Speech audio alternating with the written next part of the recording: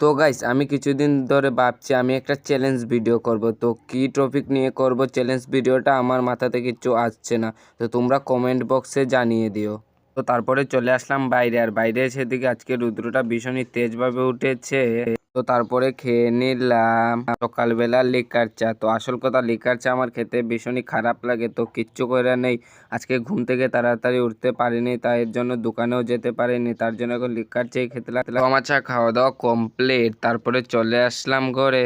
Guys আজকে আমি ঘুম থেকে কিছু লেটে উঠেছি, আর উঠে দিকে আমার ফোনে চার্জও নেই। তো চার্জে বসাবো নাকি তোমাদের সাথে ব্লগ শেয়ার করবো আমি কিছু ভাবছি না। তো যা চার্জ আছে তা দিয়ে করছি। তারপরে এখন আমি যাব আমাদের বাড়ির সামনে দিকে। ও রুদ্র পাড়ি দিয়ে এখন যাচ্ছি। তো ফাইনালি রাস্তা তো চলে আসলাম। তো আমি যেদিকে যাচ্ছি এদিকে রাস্তাটা থেকে এইরকম।